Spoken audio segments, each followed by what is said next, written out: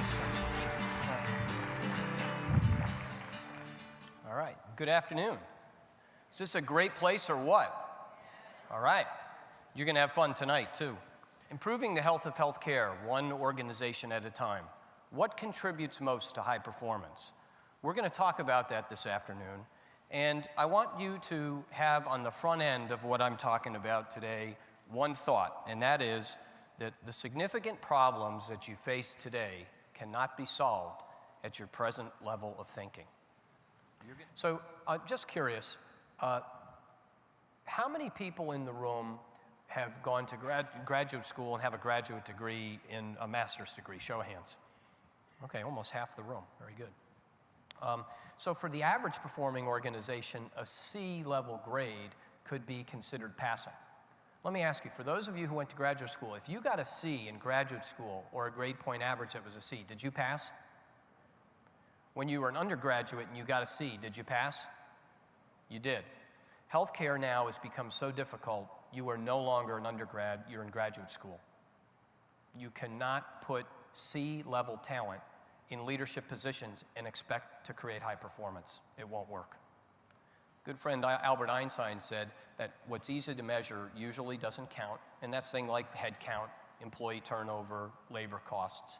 But what really does count is not easily measured, and that is how can you quantify the culture in your organization, how can you determine the degree of loyalty, and how does that convert into that magic P word? No, not profits, it's productivity.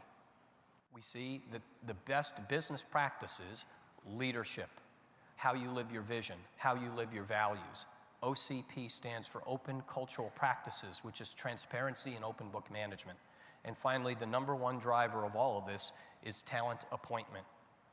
In fact, what you're going to find is that of all the things that contribute to performance, the talent of the frontline manager is responsible for more variance than any other single factor. So what happens when people are disengaged?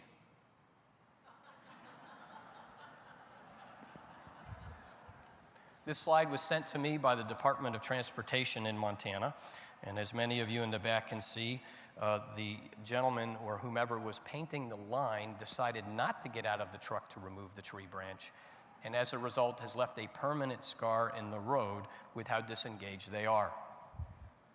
You laugh at this, but I'm telling you that every day something like this happens with your patients, and when you're starting to look at a scale from never to always with HCAHPS, you're starting to recognize that you have to consistently provide exceptional care. What I have is a lock, and this lock's the same as the one that you see on the screen. There are 4 tumblers, there are 10 numbers on each of the tumblers. How many possible combinations are there to open the lock? 10 to the 4th, it's actually 10,000. So what are the odds that she's going to be able to do it on the first try? 1 in 10,000. But not to put any pressure on you, but the entire rest of my presentation is riding on her being able to do that.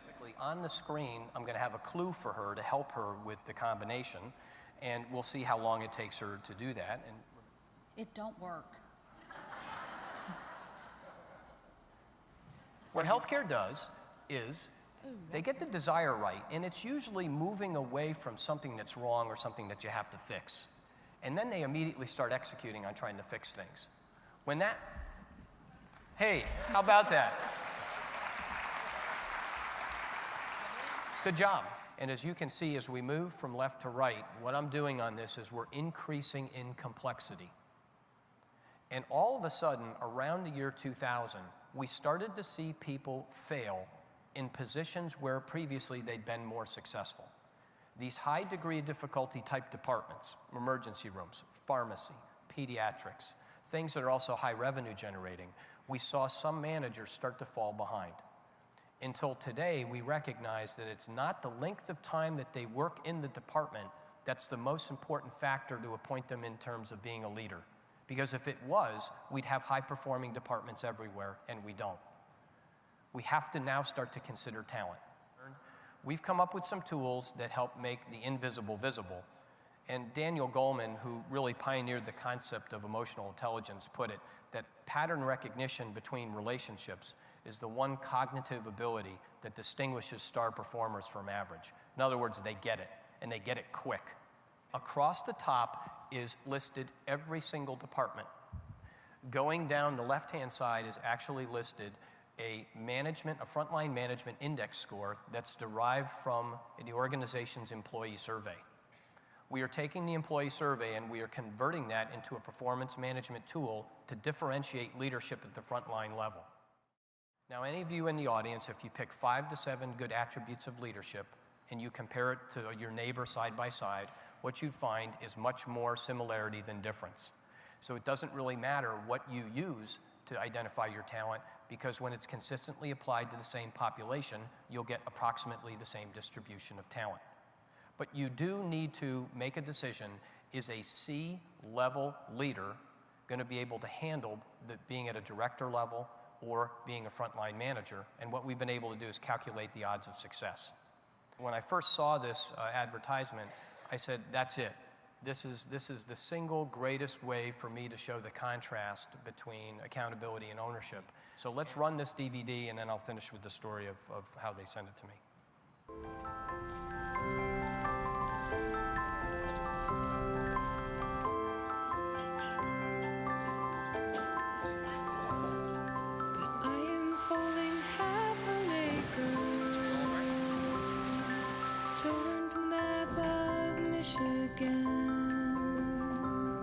I am carrying this scrap of paper.